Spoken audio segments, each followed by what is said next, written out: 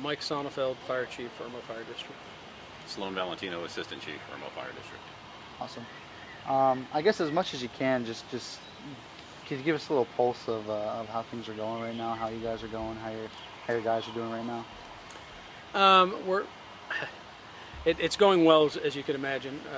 It would be at this point. I think we're not yet turning the corner. I told somebody earlier, we're starting to fly in formation. We're getting our stuff together. We got all the resources imaginable to help the family, help the people we're trying to serve, and help the people that we're serving, and we're making sure they're being taken care of. So we've got the resources. Just a matter of, as we get closer to the funeral time, we want to make sure everything's in order. I guess we can just kind of start by, you just tell us a little bit about James, what he was like. I think I just smiled, and that right there could sum up everything. If you mention his name and don't smile, it's because you didn't know him. That was his superpower, contagious. He would drag you into happiness whether you went kicking and screaming. He was probably the most positive, passionate firefighter I've seen in my 40 years of doing this. He is just one of those. He's one in a million. You don't come across that often, and I don't think I've ever said that about any firefighter. And I love all of them, but this one was something special. When did he join? 7 years ago, he was an intern with us right out of high school at 17, turned 18, and we hired him on the spot. We didn't want to let that one slip through our hands. And he was your typical rookie probationary firefighter, and I don't know what it was. He just kept growing at a rate that was just phenomenal. I mean, it's like something went off, a click, and he became this passionate, contagious person that just brought this place to life. It was just really amazing. So I know you had many different roles within the fire department. You've been training people. You've seen them speaking at different training classes or courses. Tell us a little bit. Yeah, I'd ask Sloane. You're more familiar with that part. So he moved up through the ranks to the level of driver relatively quickly. The stuff we're talking about his training is outside of the fire department. He was affiliated with, I counted up almost a dozen different training groups where he was passionate about training other firefighters, either training rookies how to do the job, helping veterans become better. One of the things that he was incredibly talented at is helping people who had lost their spark find their spark. One of the things that I thought about him after he passed away was the methodology that he used was nothing short of genius. When we talk about improving ourselves, we talk about making ourselves better. We usually want to make ourselves better than we were yesterday. And that's easy. You just take the dumbest thing you did the day before and you do a little bit better the next day. That's not what Jay did. What Jay did was try to improve himself today so that he would be better tomorrow. And the difference is subtle, but his impact was profound. He would drag you kicking and screaming into greatness. He oozed it, and you couldn't help but absorb it when you worked with him. He made me a better firefighter, and I don't even ride on the trucks, but he was able to push me to think about why I did the things I did in a way that was just genius. And you know what? He was right. He knew more at 25 years than I know at 50. Like the chief said, he was one in a million. I don't think we're ever going to find another one like him again.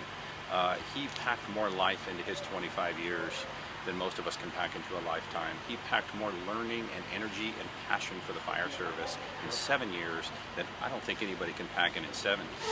I love this job. This is my life. And I still never have had the passion that kid had. It was just amazing. There's a very, very bright light that's been snuffed out in the fire service. We were talking about roles, right? His role outside of just going and helping on scene. Can you talk a little bit about his role outside of the job itself, outside of firefighting? I know he was a dad, he was a husband. I mean, how was he outside of just a firefighter? It was interesting because we've been with Jay's family all day today for the most part, and it's I don't know if it started from them or it started from Jay, but the passion in that family and everything you see is what he brought to the table, and I'm not sure if it came from him or again came from them, but it's there.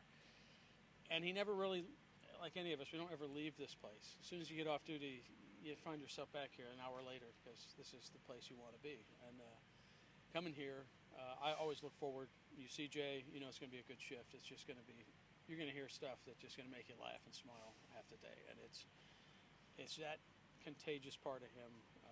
But yeah, when he's off duty, his passion away from here, you know, he would just pick up his kid on a whim. Oh, it's a great day. You want to get my kid? You going to work today? No, we're going to go to the park. We're going to go do this. Just that kind of spontaneous ability to just say, here's what I'm doing. I'm going to do this. And he just, again, a life force to be dealt with, no doubt, on and off duty. When you talk about him going to the park and taking his kid to the park, Jay would not put his kid in the car and go to the park and play on the playground. When Jay took his kid to the park, he put him in a jogging stroller, he put on a weight vest, and he ran him the 8 miles out and back from the park next door. I mean, he was never not a firefighter. But he was so damn good at the parts of the job that are human, the parts of the job that are, it's not about what you do, it's about who you are. That just permeated his entire life. His enthusiasm for everything he did at 110%. He did in a way that none of us can match.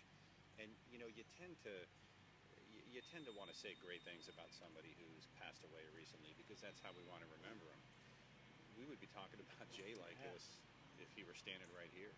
I mean, people did. He was always talked about that way. The people that have driven down here that knew him as outside instructors and people who he had influenced in the fire service, it's amazing. We had a group of guys drive down here from the northern part of North Carolina just to lay some flowers and pay their respects to Jay. We've had phone calls from across the country of people that just want to share in the hurt, share in the pain. It's so unusual to have somebody with his short amount of time in the fire service have had such a broad reach. I was going to touch on that actually. We talked a little bit about the brotherhood and the family that surrounded you in this time. Let's talk a little bit about that. I don't know if I can compete with him with the way he was able to, like you said, bring people to the surface of what they're capable of doing and what brotherhood meant. I think his best quote I ever heard from him was, it's not a high five, it's an oath you take to be in this. And he lived that. And he didn't joke around with it, but it was just something, it's not a game, you know, but it's an oath. You swore to do something, and he lived it, every bit of it. I mean, that was his brotherhood, I agree. Yeah, absolutely. The brotherhood that is the fire service, absent Jay's experience, I mean, what we experience and how we take care of each other is, you know, our whole world is around bringing calm to chaos. That's what we do for the public that we serve. So when we're experiencing the chaos ourselves, we don't have a lot of go-tos. We only have each other. So if that's what you meant about the brotherhood, all the Irmo fire crews are off duty right now. And we have other fire crews that have volunteered to take our place and manage all the emergencies in Irmo now through Friday, so that we can have the time to honor Jay and be with each other and meet with mental health professionals and get a jump start on how we're going to build our new normal moving forward. You know, this organization has lost a force that can't be replaced. It's a little bit of a dimmer place without his bright light here. And his death and the circumstances around his death this is the worst thing that we can deal with as firefighters. It doesn't get any worse than this. So for us as the survivors, putting the pieces back together and getting back to work is an extreme challenge. So the brotherhood of the fire service is covering each other in an instance like this, and that's meant everything to us in getting through this. This might be a question that you might need to take a second to think about. But in the last 24, 48 hours, has there been a memory that's with him that's kind of stuck with you and kind of stuck out, that just kind of you keep going back to and thinking about specifically? For me, I can tell you, I get in before 7 in the morning. Of course, he's already here and sweating because he's worked out. And I know every morning that early he's going to pop his head right in my door and say, "Hey boss, what music do you listen to this weekend? Here's what you got to hear." And we'd exchange music, a 25-year-old and a 60-plus-year-old sharing the same music, but just popping his head in and saying, "Hey boss." It was just... Thank you. Yeah, that's a great question. I have had to rely on a lot of really positive memories of him over the past 48 hours to cope with the profoundly negative memory I have of him as we try to revive him. So the good stuff is him always asking questions. That kid never didn't have a question. And it wasn't like, what are you doing and why are you doing it? It was something a little bit more profound, a little bit more interesting, way more engaged in the fire service. For the past couple of weeks, we have a new fleet. So the fire engine behind me is brand new. It's not in service yet. And a bunch of us have been working to mount the parts and pieces and get it in service. Jay was here almost every day. He helped me out a couple times. He had great ideas for what if we did this, what if we did that, what if we put this here, what if we put that there. The thing that I remember the most from all of my interactions with Jay is his smile. I can't remember Jay without a smile on his face. And that's, it's pretty cool. And a wicked mustache to go with the smile, so you can't beat that. He had the best mustache in the fire service, hands down. Yeah. I always like to ask him, hairdo of the day. You look at him and go, what you got going on there, Jay? He's like, yeah, you like that? Yeah. He's just the best. I definitely seem to switch out the photos. There'd be something where it was. Yeah. You start looking at pictures of him and you're like, I remember that move. Yeah, when he had that going on. So, but yeah, it's a different place now. Will be.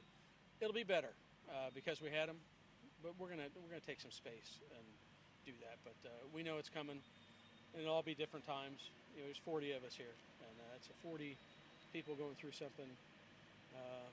And at the same time, as we're going through it, we got a family we got to take care of for the rest of their lives. That's part of the deal when you join. Like it or not, the Muller family just gained 45 brothers and sisters. So, welcome to the circus.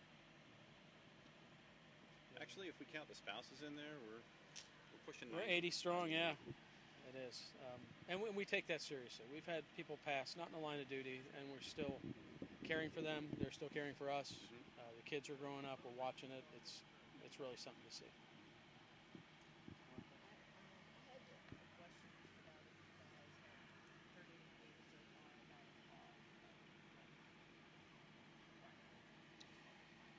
We have, but it's not appropriate to talk about it. The investigation is ongoing, so we are getting bits and pieces of what occurred.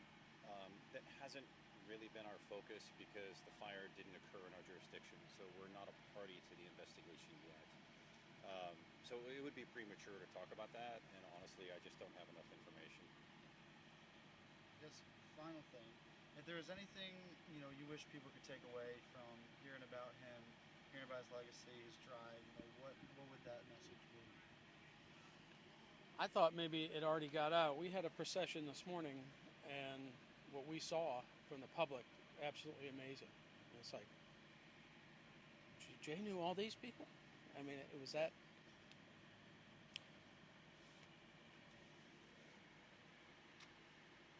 We don't do this for money. We don't do this for gratitude. We don't do this for tips. We do this because it's what we're drawn to and it's what we love doing. And Jay absolutely loved every piece of this job. Like I said before, we've lost a very bright light from the organization. And the world's lost a wonderful human being. But Jay's impact is going to survive. We are all committed to making sure that his impact to the fire service and his impact to the world lives on through us. How we do that, I have no idea. This is like building a bike while you're trying to ride it. I mean, it's the range of emotions, the range of pain. It's been very difficult to deal with. We're just not equipped for it.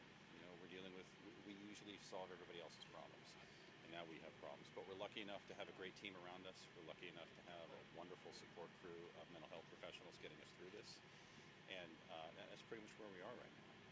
And there's one other thing I was going to say, but it just totally slipped my mind. And that's been my life for 48 hours.